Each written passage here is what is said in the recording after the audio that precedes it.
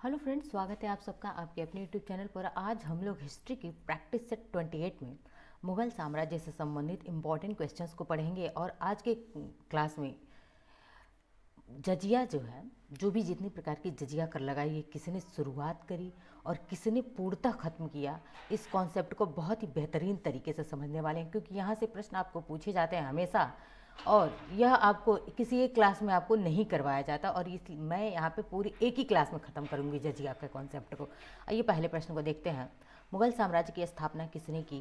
तो मुगल साम्राज्य की स्थापना किसने की? हुमायूं, बाबर, अकबर या शाहजहां? तो बात करें मुगल साम्राज्य का स्थापक की, तो ऑप्शन बी हमारा राइट आंसर है। बाबर ने मुगल साम्राज्य की स्थापना किया था। किसने किया था? बाबर ने किया था। ऑप्शन बी राइट आंसर है। आइए इंपॉर्टेंट समझते हैं कि कब हुई थी मुगल साम्राज्य की स्थापना। तो देखिए, पानीपत के 3 युद्ध हुए थे। कितने हुए थे? पानीपत के 3 युद्ध।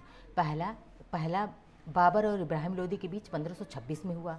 दूसरा युद्ध पानीपत का अकबर और हेमू के खिलाफ हुआ, 1556 में हुआ। और तीसरा युद्ध अहमद शाह अब्दाली और मराठों के बीच 1761 में हुआ। देखिए, इसमें भी पानीपत के पहले युद्ध में बाबर की विजय हुई, पानीपत के दूसरे युद्ध में जो है अकबर की विजय हुई, पानीपत के तीसरे युद्ध में जो है अहमद शाह अब्दाली की विजय हुई थी। याद रखिएगा, 1526, 56 और 1761 पूछा जाता है, बहुत ही बार पूछा जाता है। अब बात करें कि जब मुगल साम्राज्य की नींव की से क्या संबंधित है इस पानीपत के युद्ध का, तो देखिए, पहला पानीपत का युद्ध जो बाबर इब्राहिम लोदी के बीच 1526 में होता है, यहीं पे इब्राहिम लोदी हार जाता है, लोदी वंश का अंत होता है, और यहीं से मुगल साम्राज्य की स्थापना बाबर ने कर दिया था। इसलिए इंपॉर्टेंट है, बार बार यहाँ से ये प्रश्न पूछा जाता है। आइए एक बार और समझते हैं, फुल डेट समझते हैं, इन सारे इवेंट्स का फुल डेट समझते हैं, क्योंकि पूरा डेट भी पूछा जाता है कि पानीपत के 3 युद्ध हुए, कौन कौन से। पहला युद्ध 21 अप्रैल 1526 को हुआ, पूरा डेट पूछा गया है ये। दूसरा युद्ध 5 नवंबर 1556 को हुआ। तीसरा युद्ध 14 जनवरी 1761 को हुआ। और कौन जीता कौन हारा मैंने ऊपर आपको बता दिया है।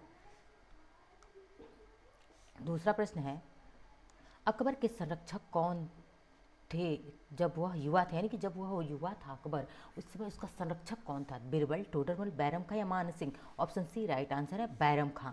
ठीक है, आगे देखते हैं तीसरे प्रश्न को। तीसरा प्रश्न है, किस मुगल शासक के शासनकाल को स्वर्ण युग कहा जाता है, यानी कि गोल्डन एज कहा जाता है? कौन सा मुगल शासक है? अकबर, जहांगीर, शाहजहां या औरंगजेब? इस क्वेश्चन का आंसर आप लोग, जब तक मैं बताती हूँ मुझसे पहले आप लोग कमेंट बॉक्स में बताइए किसका आंसर क्या होगा, क्योंकि मोस्टली इस क्वेश्चन को बच्चे गलत ही करते हैं।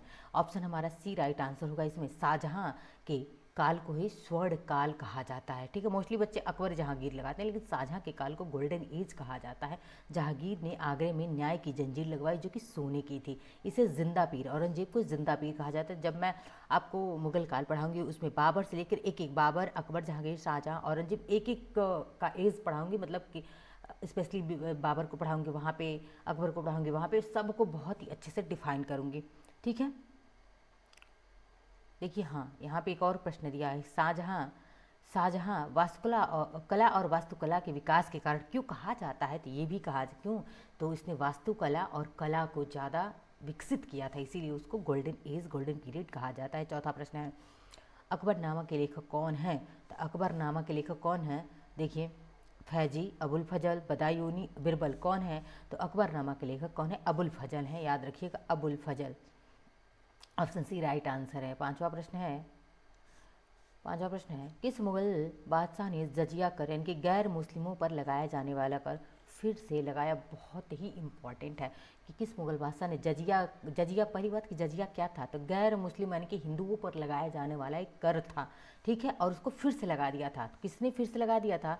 ऑप्शन डी हमारा राइट आंसर है, औरंगजेब ने। देखिए, जजिया का कॉन्सेप्ट बहुत पुराना है। ठीक है, जजिया का कॉन्सेप्ट, ठीक है, बहुत पुराना है, मैं आगे समझाऊंगी जजिया के पूरे कॉन्सेप्ट को। ठीक है, छठवां प्रश्न है, तानसेन जो अकबर के दरबार के प्रसिद्ध संगीतकार थे, उनका मूल नाम क्या था? तानसेन का मूल नाम क्या था? महेश दास, रामतनु पांडे, बिरबल या मियाँ तानसेन?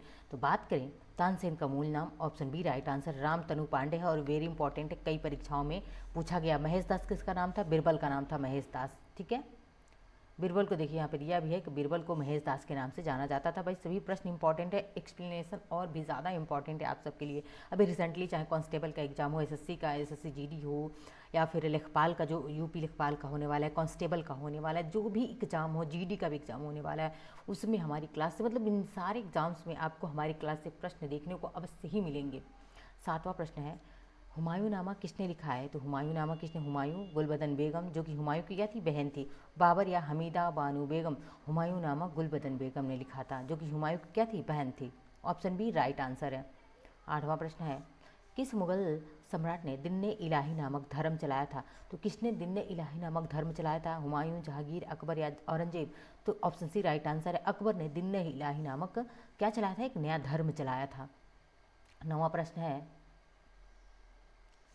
9वां प्रश्न है, मुगल साम्राज्य का अंतिम शासक कौन था जिसे अंग्रेजों ने 1858 में हटाया था? यानी कि मुगल सम्राट का अंतिम शासक कौन था? बहादुर शाह जफर, शाह आलम द्वितीय, अकबर सेकेंड या बहादुर शाह सेकेंड? तो कौन था? बहादुर शाह जफर था। ठीक है, ऑप्शन ए राइट आंसर है।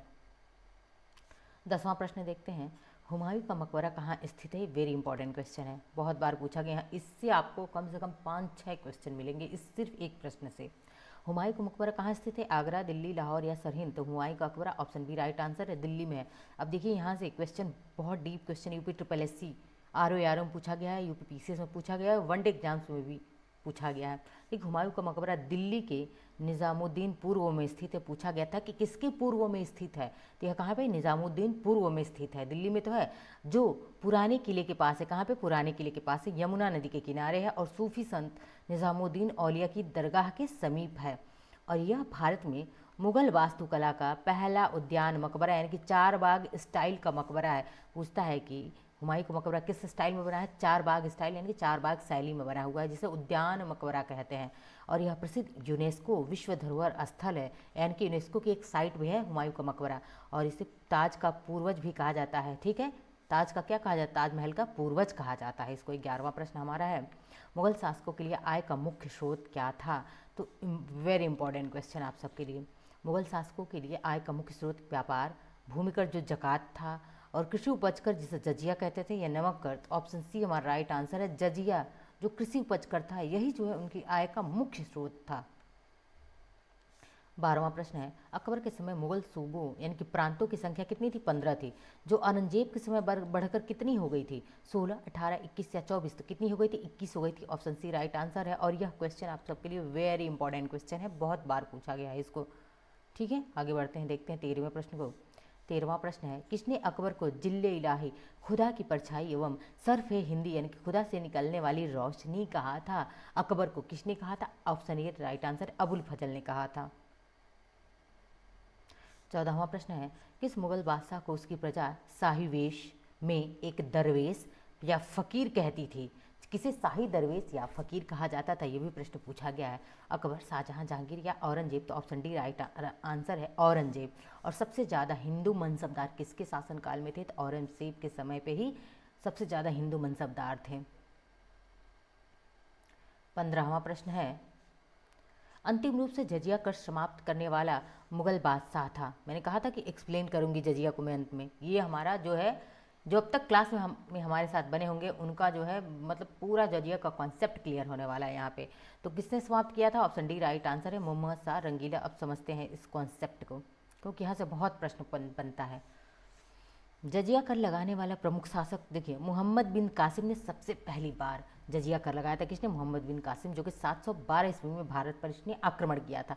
भारत में जजिया लगाने वाला पहला साक्ष्य सिंध प्रांत के देवल में मिलता है। ये भी पूछा गया कि कहाँ मिलता है? तो सिंध प्रांत के देवल में मिलता है, जब मोहम्मद बिन कासिम ने आक्रमण किया था। कब किया था? 712 ईस्वी में किया था।